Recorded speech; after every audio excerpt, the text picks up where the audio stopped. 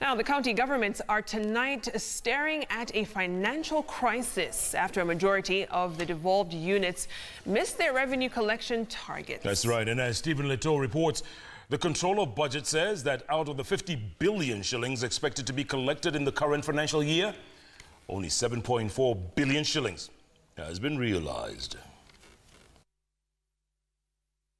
During a meeting with all governors and Treasury officials last Tuesday, Deputy President William Ruto asked county bosses to raise their own revenue to aid funding of projects as Treasury plans to further chop their budgets. Counties have continuously missed their revenue targets. A report by the Controller of Budget clearly shows that the status quo could plunge the devolved units into a financial crunch. In the 2018-2019 financial year, counties are expected to collect 50 billion shillings, but have so far only collected 7.4 billion shillings in the first quarter.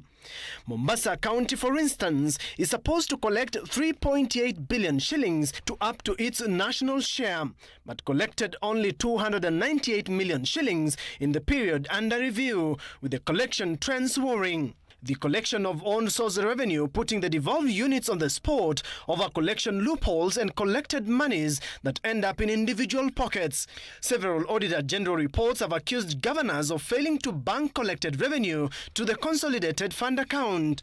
Kilifi is not any better in terms of collection, with the Amason Kingi-led collectors managing to bank 117 million shillings in the first quarter, standing a risk of missing the 1.3 billion shillings target. In the 3 months period under review, Homa Bay County collected 14.8 million shillings, with their witty administration expected to bank 172.9 million shillings by the close of the financial year in June.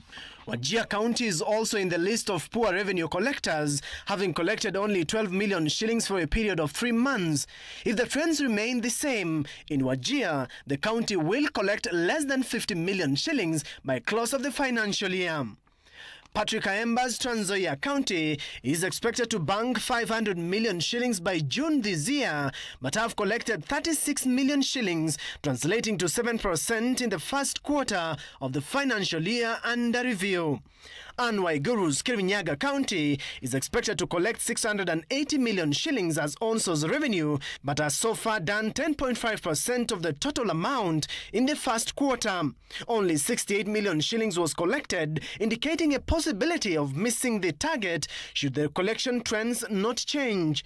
The Controller of Budget report has ranked Narok County as the best of the 47 counties that collected the highest amount of on-source revenue, with Baringo and Samburu counties coming in second. Baringo County's Stanley Kiptis has widened his collection net, banking 127 million shillings, marking 34% for the period under review. The Samuel Oletunai's Narok County collected 1.2 billion shillings in the first quarter, translating to 48% of the total expected collection of 2.4 billion shillings. From the report, it is clear that if counties continue to miss their revenue targets, they will be forced to review their budget from time to time, and service delivery is likely to suffer a hit. Stephen Leto, Citizen TV, Nairobi.